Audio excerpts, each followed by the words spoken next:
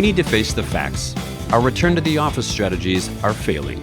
Giving away free beer once a week is not enough to make our employees want to come back to the office.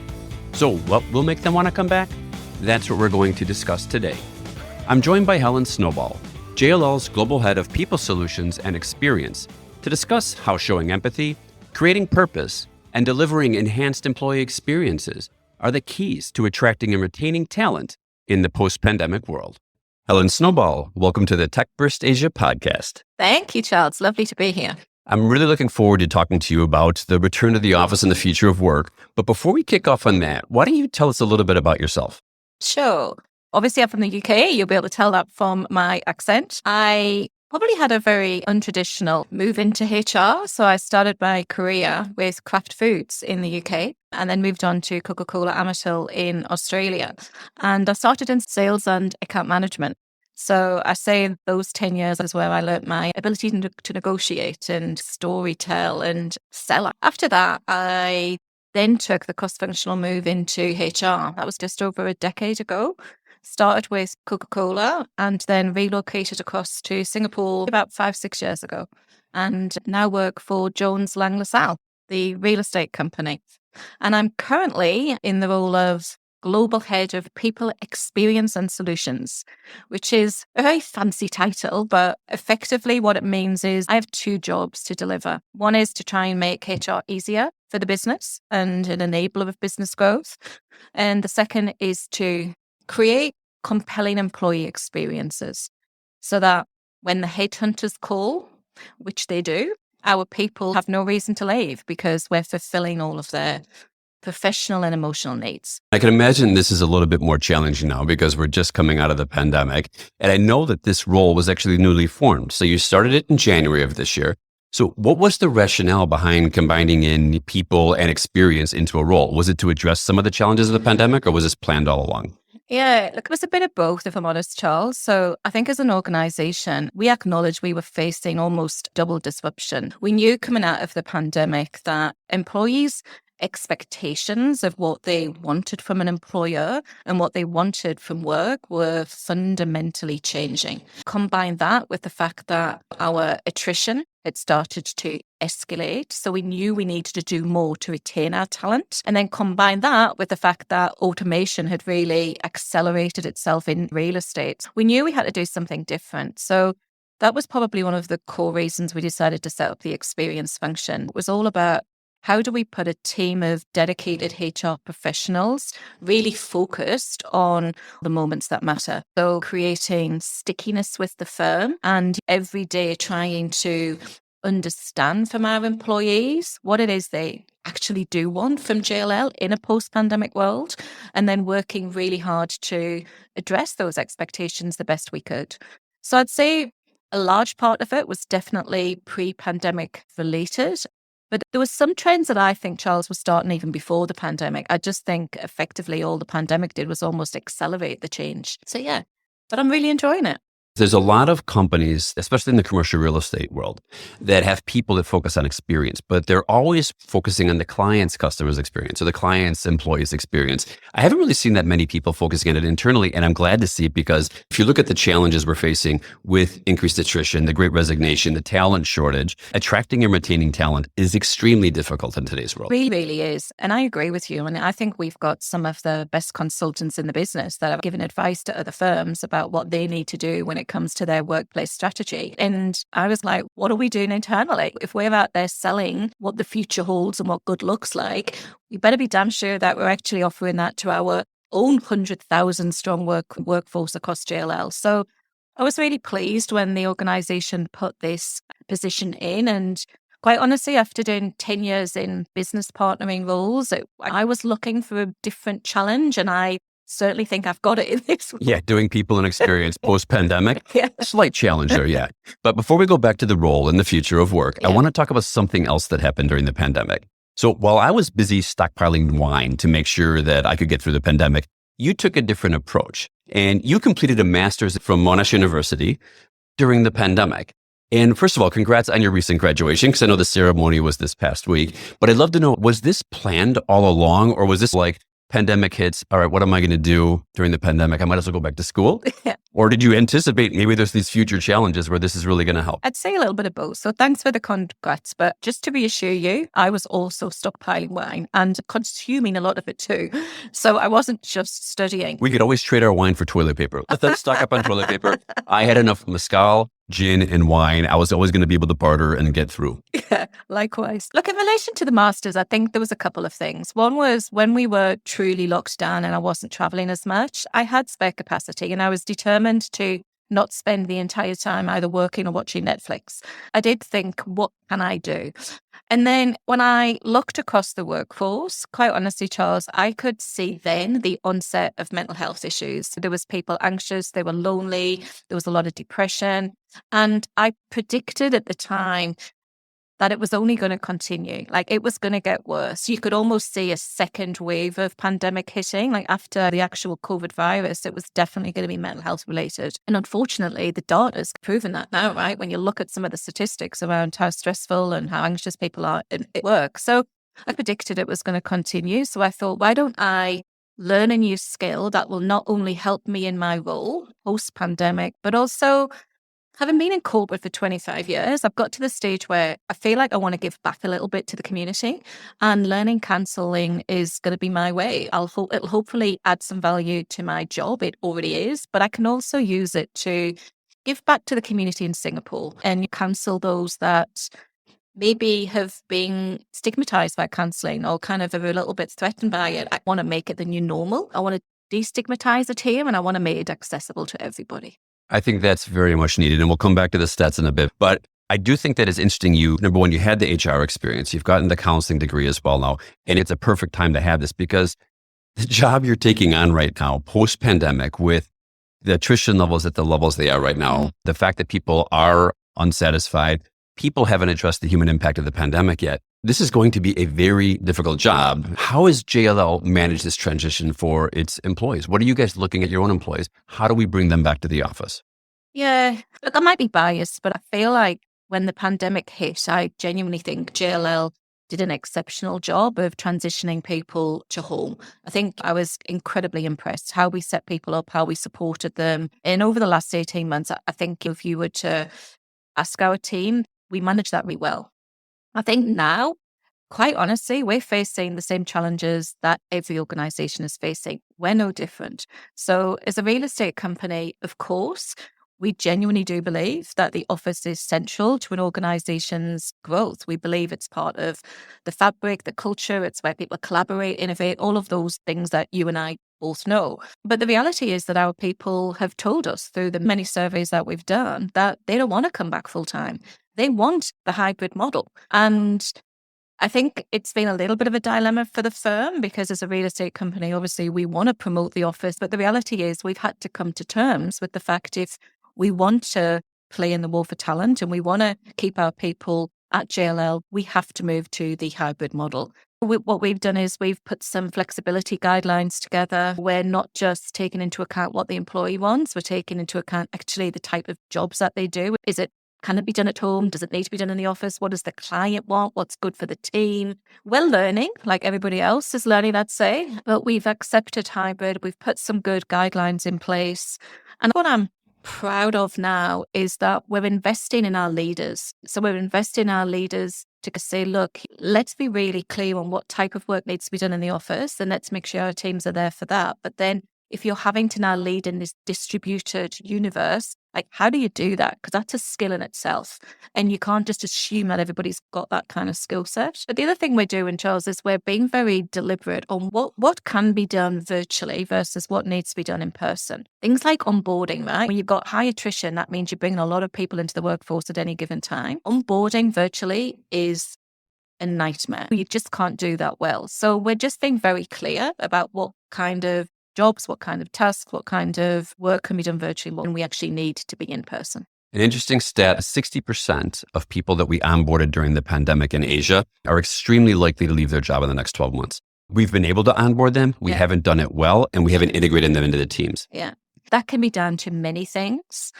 But I do think part of it is because they've been on board in an organization and they haven't had the opportunity to meet their leader face to face, to network with their peers, to get a real good feel for the organization. They've joined and everything's then been behind a screen. We're putting our onboarding plans as an example. That's a non-negotiable for us. That is in person. That is in the office, because we know how important it is in the first kind of 60, 90 days of somebody joining a business. You're doing a couple of other interesting things there as well. So you mentioned that you're starting to break down the job profiles and figuring out what can be done. And I think there's a lot of dependencies on hybrid work. What is your location? Is it synchronous versus asynchronous type work? When do you need to be in a team? And it's a difficult thing, but you have to do that for 100,000 people around the world. So where do you even start trying to do something like that? Look, I think to start with, you have to acknowledge that you have 100,000 people, right? You have to acknowledge the diversity of your population. So you have to acknowledge that a one size isn't going to fit all.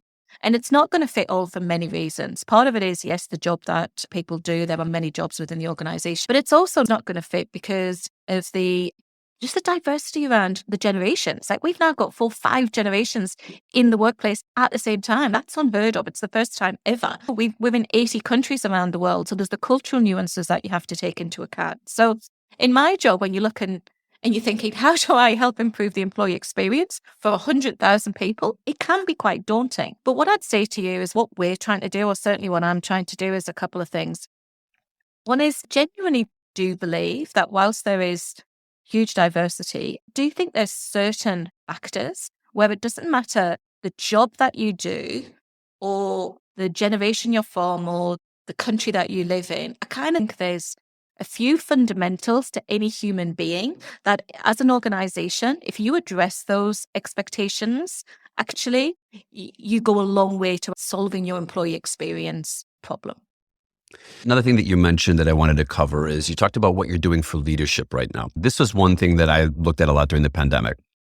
Our leaders basically said, everybody can work from home. Here's your Zoom or your Teams access. Get at it. Let's just keep working. What we didn't actually do during the pandemic was address the challenge that managers were going to face. So if you have your senior leadership, they can make the statements. Employees know what they're supposed to do. But managers had to go through a massive transition. How do you manage people remotely? So when you're looking at the stuff that you're talking about there with your training of your leaders, does that include looking at that management level and help them through this challenge? 100%. Because the reality is the top, say, 100 leaders in our organization, their span and their touch point is relatively small. It's really the middle management that you have to upskill. And it's those middle managers that really lead the majority of our workforce. So 100%, we've put programs in place where we've segmented our leaders and we've tailored the development for the type of job and the type of leadership and or management that they are doing. And for a lot of our leaders, we're introducing new skills that they've just never had to contemplate before. And some of it's not technical, right? Some of it's the soft skills. Some of it's a new way to lead. This whole kind of conversation around empathetic leadership. For a lot of people in real estate, that's a new concept. That's a new way to lead. I've worked in a lot of different industries. That's a new way to lead in many industries. Trust me. I've been in the banking industry, consulting. That's true. Yeah, that's true. But it doesn't come naturally to people. When I was during the pandemic itself, I was still in the regional role for Asia, and there was a lot of sweeping statements like, you need to lead with empathy. And I was kind of like, people don't even know what that means. Like, you actually have to unpack it. You actually have to share experiences and give people guidance on what does it mean to lead with empathy in order for them to then go ahead and do it. I think we have invested and we're continuing to invest a lot in the soft skills because I think that's going to continue to be in demand.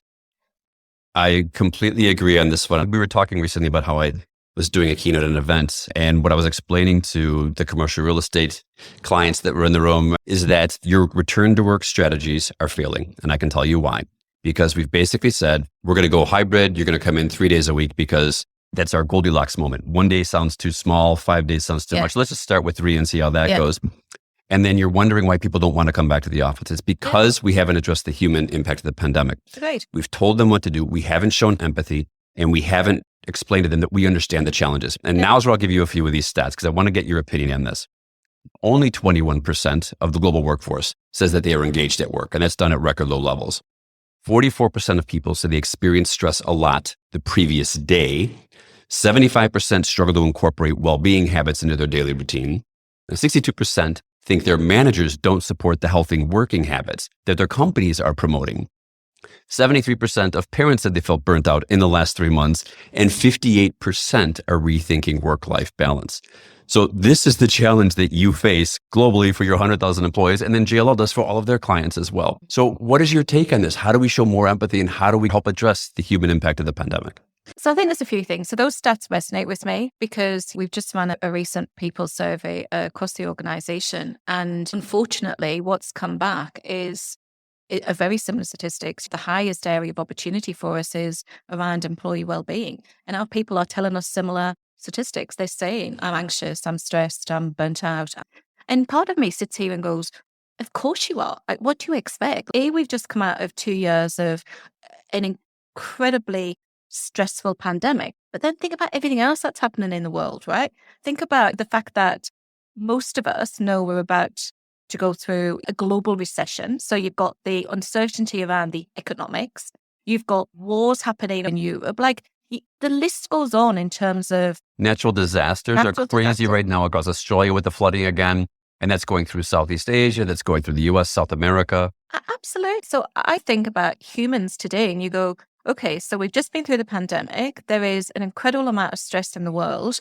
And so it's people are only human. You're going to come into the workplace. All of that comes with you, particularly now we've blurred the lines between kind of home and work. So I think as an organization, we've got to do a few things. One is we have to keep talking to our people. That's the first thing. We have to keep listening to them and understanding their needs and their feelings. And sometimes, Charles, organizations run people surveys so that they can get these statistics and then they actually do very little with them. Part of my job is to be the voice around the board table of the comments that our people are providing. It's not okay that our people are feeling that way. And if our people are feeling that way, the reality is they aren't being productive. And it is impacting business and it is impacting our bottom line. So we have to do the right thing because it's the right thing to do for our people, but we've got to do the right thing because it's the right thing to do for our business too. I think there's too much conversation around the where we're working. Like it's all about the workplace. The hybrid model is the topic of conversation. Like how do we get people back into the office? As if that's going to solve all of our problems. It's not. I think the conversation needs to be more sophisticated than that and more integrated than that. What we're trying to do is say, okay, what do we need to do about the workplace? What can we do to get people back? Because we know it's good for them as well as good for business. But also, how do we discuss the work itself? How do we make the work itself more manageable and or more automated? And there's a million different things that we need to be able to do. And the workforce. So I think if you have a conversation that says, let's talk about work, let's talk about the workforce, let's talk about the workplace, that's the right conversation to be having rather than just focusing on the where. This history that we have where we're hours based, everybody's job has to be hours based instead of being outcomes based. And if you want to implement hybrid work and allow people to have the flexibility of where and when they work, we need to transition this, but that's a long process. But it sounds like you're starting to look at that, which is good. But what we've done globally and what companies are doing across the UK, Australia, the United States, is they're implementing these horrible solutions that I absolutely hate, which is about employee monitoring. And we think, I don't know if someone's working from home, if they're productive. So I'm going to stick software on their computer and I'm going to see if they're working from 9 to 6. And over half the companies that were surveyed in each of those countries are using this software right now. And yet we're wondering why employees are leaving and they don't trust us. So is this the future or are we missing the point with this one? In my opinion, we're totally missing the point. So from my perspective, I think a relationship of any kind, and that includes the professional relationship between an employee and employer, is based on trust. You start putting technology on me so that you can monitor the number of hours I'm sitting at my screen and or working, the trust is effectively eroded. And remember though, we only think about work between 9 and 6. No one has ever had a thought or done work after 6 p.m. or on the weekends. And we are recording this on a weekend. I think they're totally missing the point. And quite honestly, I find this a lot in organizations. The firms tend to put policies or technology in place to address maybe the 5% of people that will be doing the wrong thing. So are there people out there that maybe aren't putting the hours in? Probably. But I guarantee you, 90% of the workforce are actually doing the right thing. In fact, 90% of the workforce are probably working too many hours, not too few hours. So I fundamentally disagree with that kind of strategy. I believe in trust and I believe in measuring people on outcomes. I don't care whether you work 5 hours a day or 8 hours a day. I care on whether you're delivering on the joint outcomes that we've agreed and that you're having the impact I need you to have. If you're doing that, I'm good. You can work where you want, whether you want, and how you want. And I think we need to replicate you and put you into many different organizations because we need to hear more of this. And I talk to people across so many different companies from the commercial real estate side and from the tenant side as well. And I'm not hearing this enough. I just hear people saying, but I really want them back 5 days a week so I know what they're doing. I'm like, no, you don't, because they will all leave. They 100% will leave. That's where I think we have to almost kind of just accept that there is a new future. Like trying to replicate the past, trying to say, oh, let's go back to a Monday to Friday, a 9 to 5 scenario, like the traditional world of work. That's gone. And actually, we should embrace that because the new and the future of work for me, whilst it's a little bit concerning, like everyone's learning, right? We're trying to figure this whole thing out, but it does bring with it an awful lot of benefits. We're talking about the war for talent. Well, guess what? Hybrid blows up your talent pool. You can hire from anywhere. I don't have to hire people that can come into my PLQ office. I can hire them from anywhere. I can hire part-time workers. I can hire people who want to come in and work on a single project for me. I don't have to give them a full-time contract. Like, if we can flip our mind and we can embrace the change, I actually think it's exciting. And it's an opportunity. It's a huge opportunity. And I like it because it's a problem that's difficult to solve and it's going to take years. So I do tend to gravitate towards situations like this. But I think it's fascinating because people are like, well, when can we get back to what we were? It's never happening. And then they say, this is the new normal. This is not normal. This is abnormal and we're in a transition phase and it's going to last for years. But I think it's great because we actually have the chance to redefine what we want our businesses to be, what our employee experience to be, and basically redefine our companies for the future. And I want more people to view this as an opportunity instead of just complaining that, oh, I said they have to be in 3 days of work. I don't know if they're working and if they're coming in and I'm giving them free toasties in the morning and drinks at lunch or whatever. Like, it's not working. Just find better ways to go about it and realize it's a transition and engage with your employees. And you're doing the right thing with the survey. Survey them a lot more than before, but about different topics as well. And engage with them, show empathy, and then show them that you're listening to them and you understand their situation.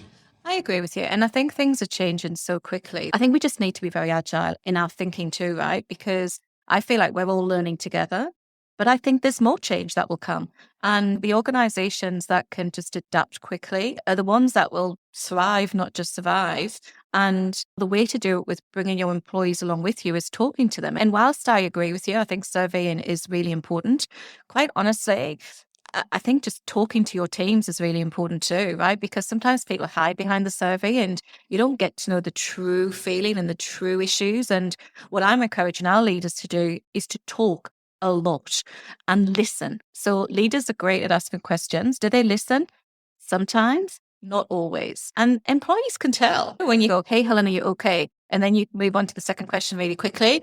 You actually don't care whether I'm okay. So we're trying to pulse a lot. We're trying to get our leaders to talk to our employees a lot. But there's a degree of realism here too, right? We also need to make sure that we're doing the right thing by our clients, by our shareholders. We're protecting the organization as we're about to go through a global recession. So it's not easy for C-suites in today's world of work. In the C-suite, they should be able to adapt. If you're at that level in an organization, that's what I think. You shouldn't be there because you've learned one task. I agree. You should be more adaptable. I agree.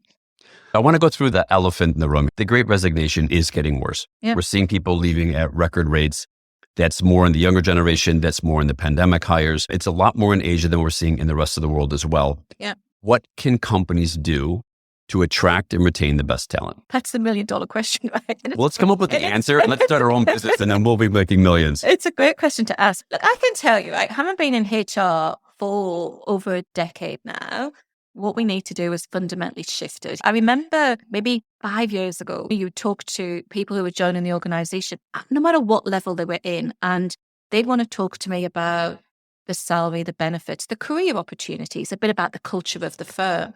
I talk now to prospective new employees and new senior leaders that come in. And Charles, what they're asking about is JLL's purpose and our sustainability commitments. They want to know what I'm doing to help social cohesion around the world. It has fundamentally shifted the conversation in terms of what the employee wants from the employer. In my humble opinion, I think to win the war for talent, what organizations really need to be focused on is what's your purpose your vision and your strategy? And is it inspiring enough? And is it well understood across the organization?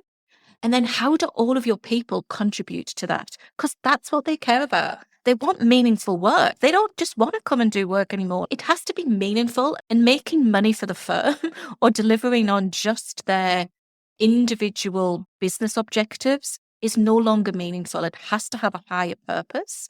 I think creating a culture around social cohesion, I call it, which is like a culture where people can come to work and be who they are, not who they think they have to be to work at that organization.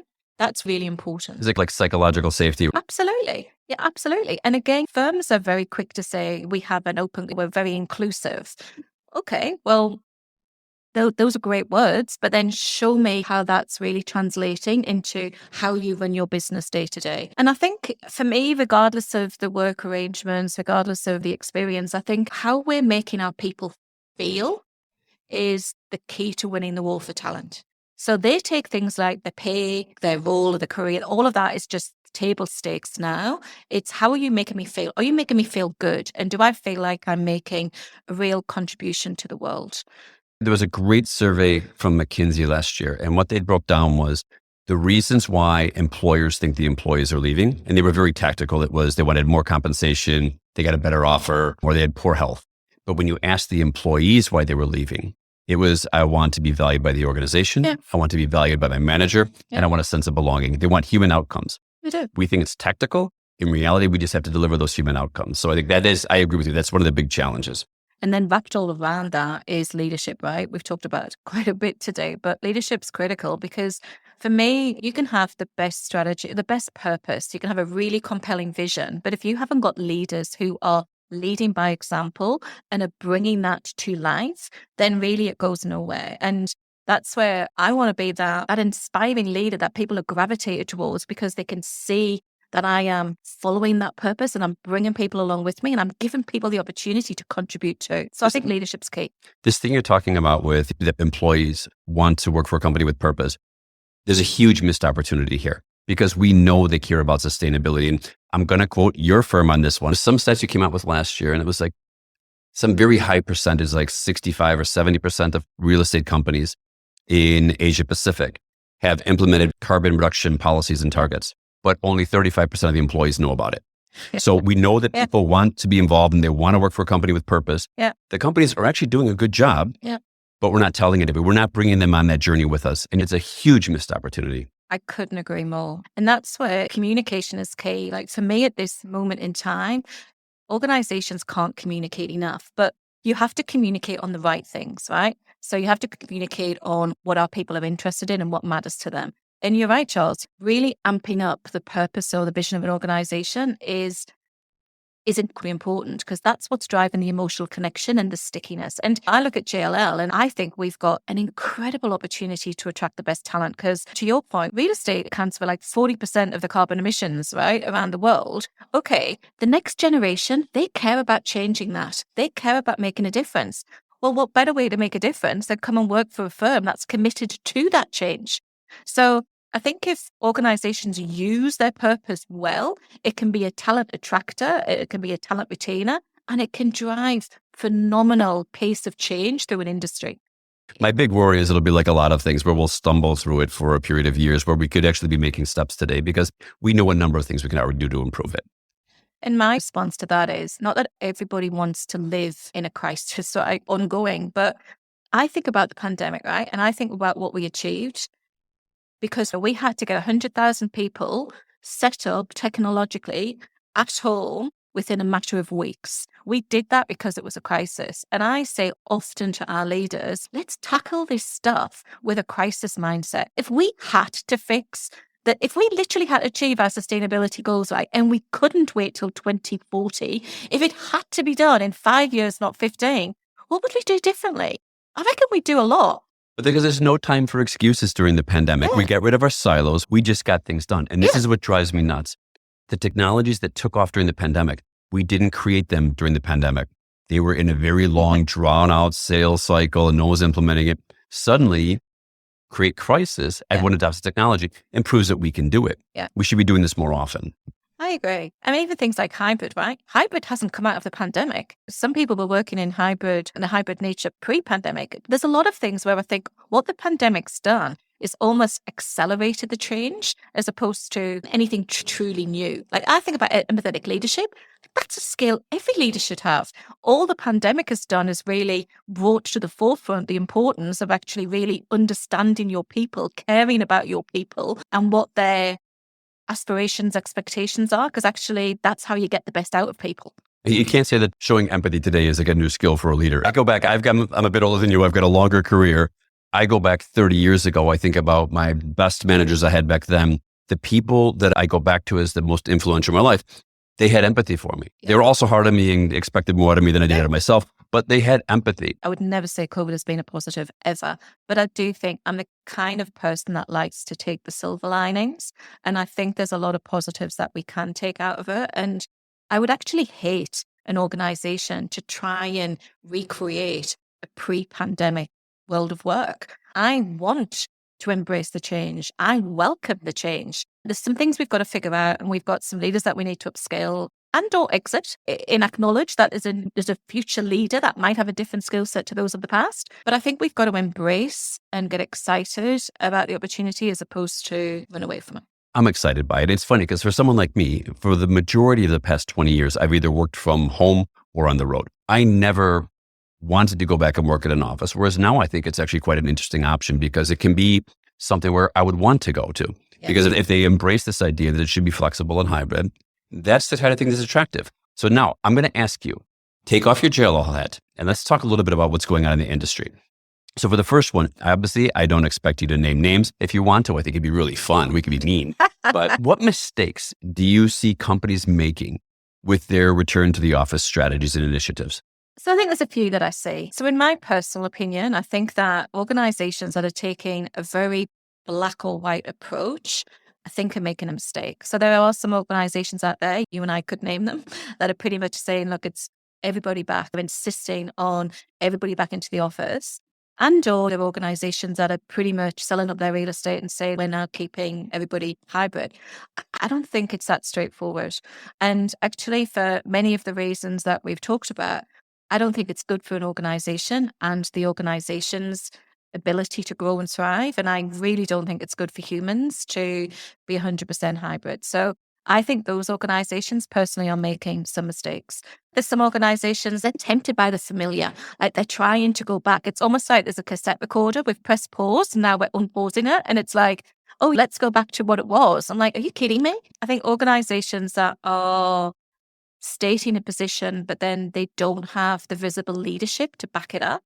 I think organizations who just make an assumption that leaders have got the skills to lead in this new way of work, I think that's a mistake too, because I genuinely do think it takes a different type of person. And I think acknowledging what is required and then having some really difficult conversations around who we think can make it and will invest to develop versus actually where we might need to make some transition. I think the longer organizations take to make those difficult calls and to make those transitions, they'll pay the price in the long run.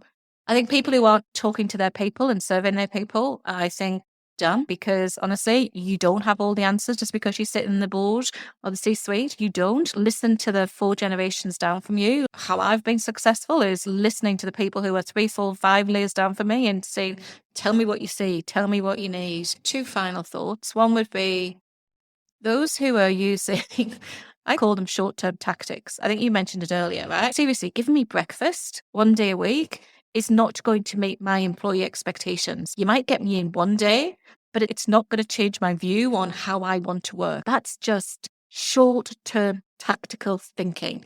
And you need to be smarter than that. It needs to be long-term, strategic, sustainable.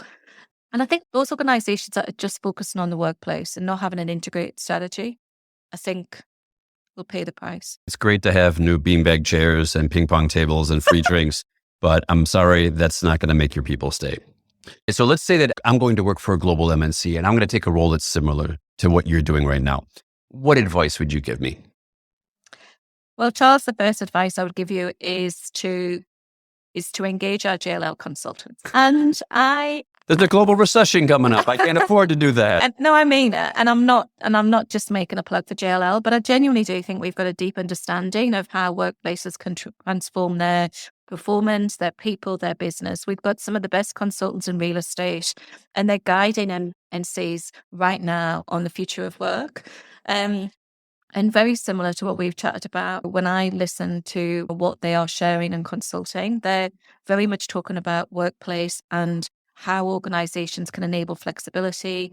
They're talking about the workforce, and they're reminding them that jobs are changing by the day. You know the stat as well as I do, right? Jobs that exist today won't in the next 5 years. And future careers and roles, we can't even think up what they're going to look like in the next 10 to 15 years. But that's important for organizations to be thinking about because it goes hand in hand with your workplace strategy. If I look at my 100,000 strong organization, like part of my job or our job as a HR function is to say, okay, what's going to be disrupted? Which roles are going to be disrupted? When do we think that's going to happen? And we've got an obligation to then help the workforce transition into a career of the future. And then work itself. What's the skills that are going to be needed? What's the workflows if we are now hybrid? That comes with a whole heap of infrastructure behind the scenes. It's not the sexy stuff, but it's the stuff organizations need to think about. I would encourage organizations to get some good consultancy in and really have that integrated strategy. I don't think anybody's smart enough to do all this on their own. No. And I think the way we get through it is collaborating, whether it's consultants, whether it's advisors, industry experts. No one has the answers, but the more we talk to other people, we get the differing views and opinions and ideas that will hopefully make us successful. I think that was one of the other, I call it, benefit of COVID is I think COVID brought humility to organizations. I really do. Because the most successful CEOs around the world, many of them were humble enough to go, we don't have the answers here. Like, we're learning with you. And I think what was great, certainly for me in my role, is I joined so many network forums and did exactly what you're articulating. We came together and it didn't matter what industry or firm you were from. We tried to solve the problems of what our employees were facing and what we were responsible for trying to solve. We solved it together. And I think humility in today's world goes a long way. I have a final question for you. Your job keeps you, I would say, extremely busy, to put it mildly. 100,000 people, 80 plus countries, global pandemic, recession coming up, wars. We get the idea. You've also just completed your master's degree. So what else do you do outside of that to help keep you motivated, energized, and inspired?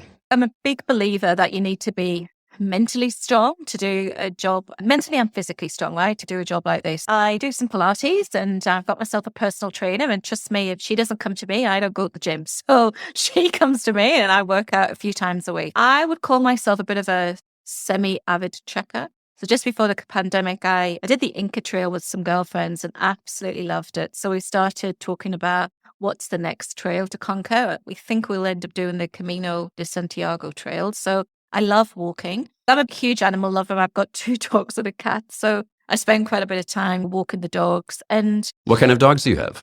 Well, it depends. If you go on the birth certificate, I have a cavoodle and a poodle. But if you look at them, I have neither of those breeds. I'm sorry, what is a cavoodle? It's a King Charles Cavalier combined with a poodle. Okay, and what's a King Charles Cavalier? I guess this is going to go on. Okay. No. It's probably a nice, fluffy looking, cool dog. It's a fluffy looking, cool dog. But it's not what I paid for. So I think back to the counseling thing as well. I did the master's and I do think it'll help me in my current job, but I intend to continue counseling the young juveniles. That's what I did as part of my course. I'm going to continue doing that in Singapore. And on a weekend, if I'm not counseling or traveling or walking the pubs, I love checking out the latest cocktail bars and Singapore and the Singapore restaurants. Often with your wife, Charles. She often comes with me. Yes, I know. I've seen the after effects of that. So we won't go into that one in this discussion. But I'm a big believer in work-life balance. So if you work for me, anyone will attest to that. I work really hard, but I genuinely believe everybody needs time to switch off. And I encourage that a lot within the workplace. Take your holidays, go recharge your batteries and do what you need to do so that you can be your best self at work. Because what we don't want is us starting to talk about a lot of those things, saying that I'm rethinking my future and my work-life balance. Tough couple of years. Let's hope it gets a little bit better going forward. I think it will. Excellent. Helen, thank you so much for spending your Saturday here. So you're talking about work-life balance, and I make you come into a podcast on a Saturday. My pleasure. I did give you a glass of wine. That's fair. You did. It's beautiful wine too. Is this what you stocked up with the pandemic? Yes. Thank you very much. And I hope you'll come back at some point and tell us how all of your new policies and strategies and initiatives are going. Will do. Thanks, Charles. Appreciate it.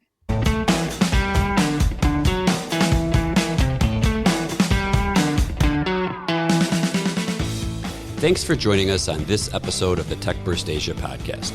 If you liked the episode, please do click like and subscribe. And if you didn't, well, you probably didn't make it this far anyway. Talk to you next time on the next episode of the TechBurst Asia podcast.